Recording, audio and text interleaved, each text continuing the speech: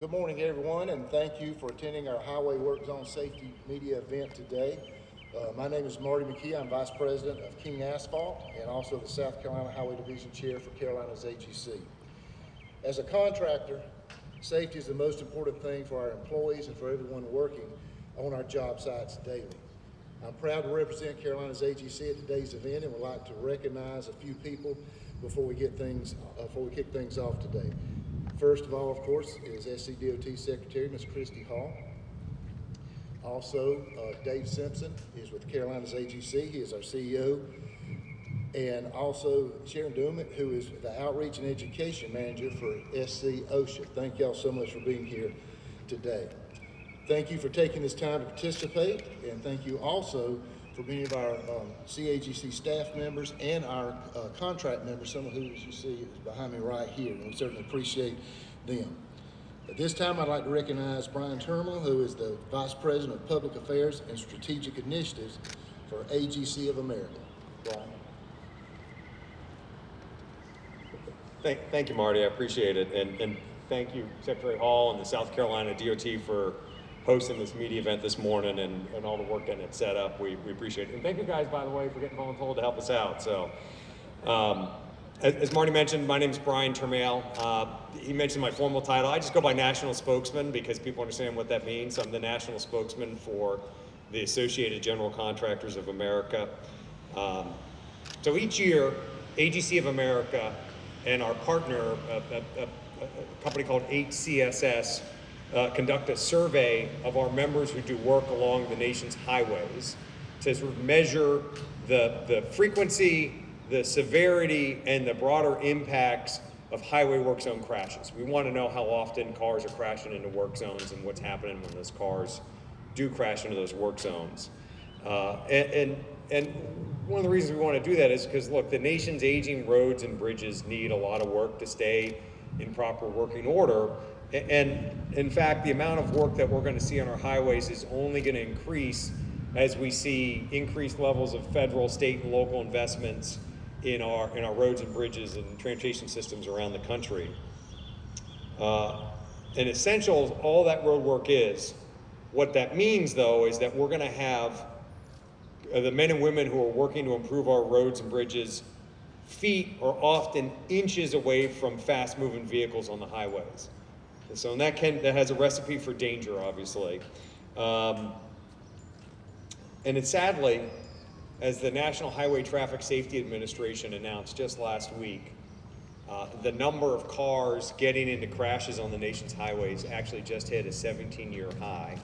And one reason for that is that drivers are too often operating distracted, looking at their phones, or they're, or in conversations, or they're speeding, or they're under their influence, and they're crashing into, among other things, highway work zones. And they're putting workers at risk of serious harm, or worse, getting killed.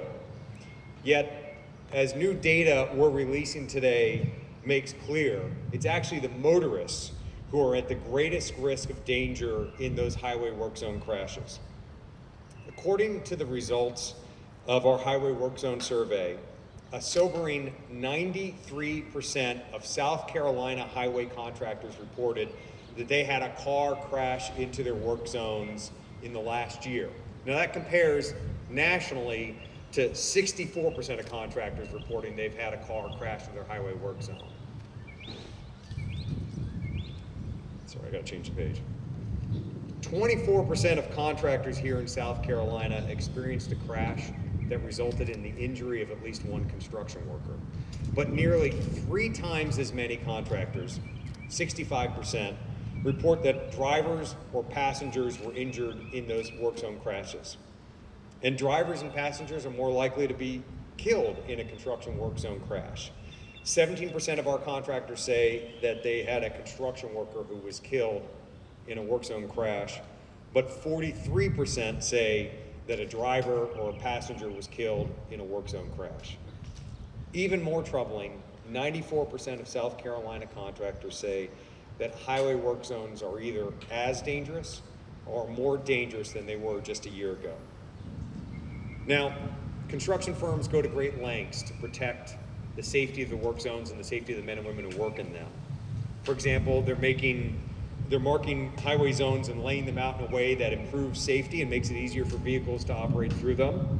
Many of our firms are investing in technology, things like wearables that will vibrate if a car comes near to the work zone perimeter, or software that helps them sort of maximize the safety design of their work zone, software that's made by our partner HCSS, for example. And elected and appointed officials are also doing a tremendous amount to protect the men and women who work on our highways.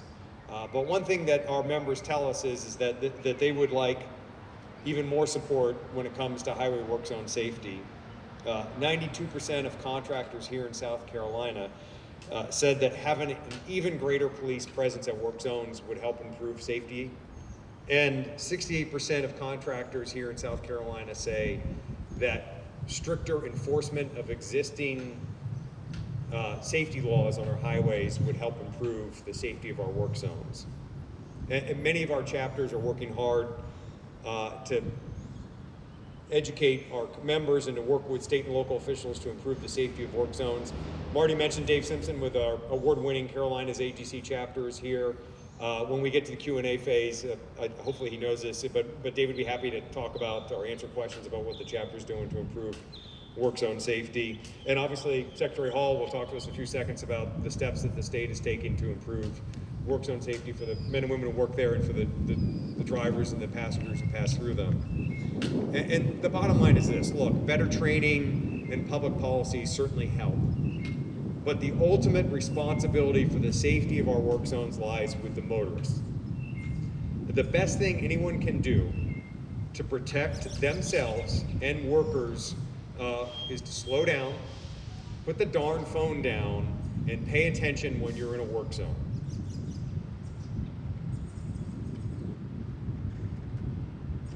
Sorry, all sticky fingers. Look, I get it. We're all busy, but nobody is too busy to slow down, to pay attention, and to save a life, particularly when that life might be their own.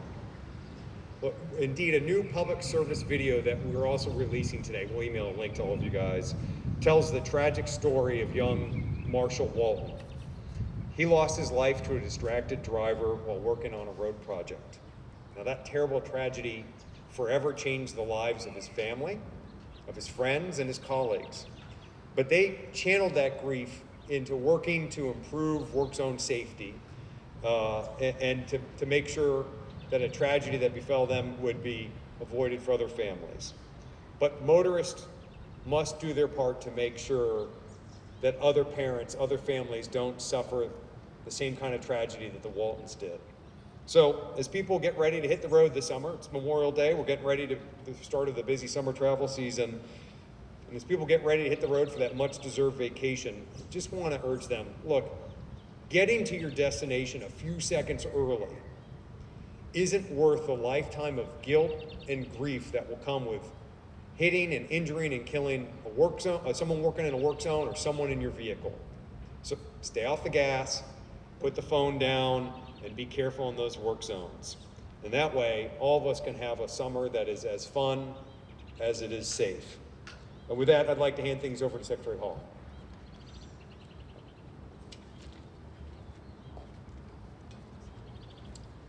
Good morning. I'm Christy Hall. I'm the Secretary of Transportation for the state of South Carolina. Less than 1 month ago today, I was standing at this very spot as we added yet another name to this memorial wall behind us.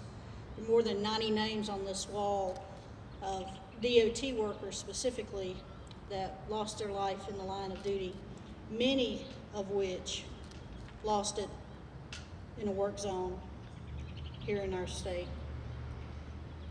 The statistics provided by Brian are very alarming. They should be alarming. They're alarming to me. They should be alarming to you. Road work has ramped up all across the state. We're at an unprecedented level of construction in South Carolina, approaching 4 times our normal workload here in South Carolina. There's road work happening in every county of this state, almost every single interstate in South Carolina, many bridges, a lot of our rural secondary roads. As I mentioned earlier, we're approaching 4 times our normal construction level in South Carolina, and that level is just going to continue to grow. So more and more and more road work is happening in our state, and it's planned to happen. So with that brings thousands of highway workers, road contractors, putting their lives on the line every single day to make our state better and improve the infrastructure of the Palmetto State. You couple that with nearly 3,000 maintenance employees that the DOT has that spend every single workday out on the roadside trying to deal with our day-to-day maintenance activities. So to say there's probably close to 10,000 people on a daily basis working on our roadside, just a few inches, a paint line away from what could be a catastrophic event, is very alarming and sobering. As Brian mentioned, we're doing our part to try to make the work zone safer, whether it's technology, as he mentioned, increased and improved signage, better lighting packages, high visibility vests, and safety gear on our employees and the contractors' employees. And yes, increased law enforcement is being provided in our work zones. So we're trying to do our part. Drivers, I'm asking you, I'm pleading with you, please do your part. Pay attention, slow down, save a life. That life could be your very own. In 2021, nearly 3,000 crashes happened in South Carolina work zones, including more than 500 of those that resulted in an injury, 17 of which were fatal crashes. Alarmingly, more than half of those crashes involved speeding in the work zone. Couple that with an already tight work environment, congestion, it's a recipe for disaster when a driver does not pay attention and slow down and do their part.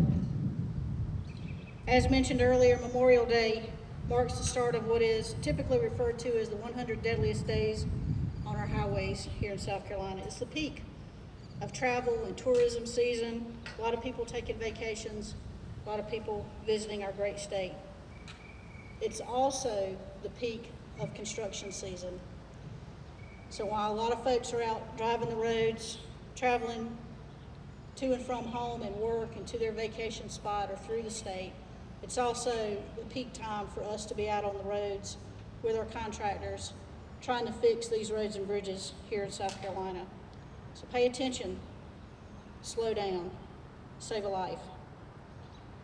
As I mentioned earlier, these workers put their lives on the line every single day.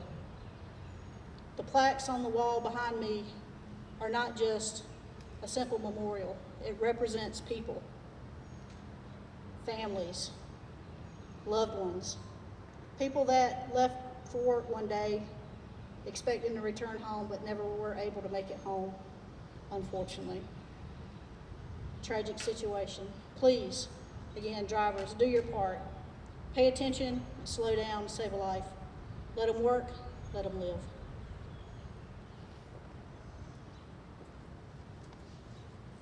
Thank you, Secretary Hall. We certainly appreciate the media being here today. I'm not sure if anyone has any questions for the Secretary or for Brian, either one, whoever. If you would just raise your hands, please. Ask your question. Anyone? Sir. Yeah, so I guess kind of more of a broad question, but looking at this information and this data, at the end of the day, how troubling is this and what can be done? Is there anything that the legislature could do or anything that can be done, right now before we kind of hit this peak in the summertime? You want to start, Jim? So the General Assembly a few years ago, based on a request from us and Carolina's AGC, they did pass a very significant Work Zone Safety Act, which increased fines for speeding in work zones. And we do have a increased law enforcement presence in the work zones. It's really a situation where we're really doing about all that we can do to try to make work zones safer. What we really are begging for and pleading for is for the drivers to slow down and pay attention, do their part. When you go through these work zones, expect the unexpected and be prepared to stop if you have to quickly. And as Brian mentioned earlier, you know, it's getting to a location a few seconds earlier. Is it really worth the risk that you're running by placing everybody's lives in danger in that work zone, plus your own life and your passengers' lives? So again, I think it's a part of somewhat the work zone setup, enforcement, education, which is what we're trying to do here today, and driver behavior for sure is, I believe, the recipe to help solve this situation. Yes. I would just add that, and I would echo what Secretary Hall said, it's really a cultural thing, right? We're at the point where as a society we stigmatize things like driving intoxicated. We shame drivers wearing a seatbelt, right, as we should. But we don't have the same kind of cultural, social stigma on blazing through a work zone that we do other sort of moving infractions, which we need to get to, right? We need to, like professionally, obviously I'm going to speed limit or posted speed limit in any work zone, and I can't tell you how many people blaze by me and look at me like I'm messing up their day, right? We just don't have that same sort of cultural, I'm not sure the right word, impetus to be careful in a work zone that we do with a lot of other moving vehicle infractions. And so one of the reasons that we do this survey and that we talk about this issue is because we really want to educate motorists about the fact that, yeah, there's tons of laws that are on the books, that our chapters have successfully put in place. There are steps that our members can take, but until the drivers feel that sense of obligation to be careful in a work zone, we're going to be talking about this issue. So it's cultural. So, I mean, pontificate. Thank you. Any other questions? Well, again, thank you all for being here.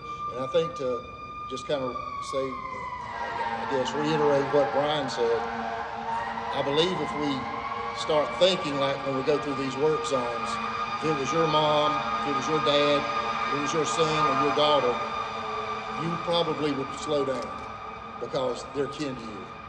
Well, as Secretary Hall said a little bit ago, everybody's kin to somebody. And there's a lot of times there's a lot of broken hearts simply because somebody maybe gets used to these big concrete barrier walls and things where there's a lot of safety there, and a lot of times it's not a concrete barrier wall, a lot of times it's just a cone. That cone's not going to stop a car. So again, if you would please just think it's like your own family around you, and I think that may save a lot of lives. Just get that thought in your mind. But again, thank y'all very much for being here today. Thank you to our members. Thank you to Secretary Hall and her staff. Thank you for AGC America. And again, Caroline's AGC thanks you for all that you do for us, and we certainly appreciate y'all getting the message out to everyone today. Thank you very much.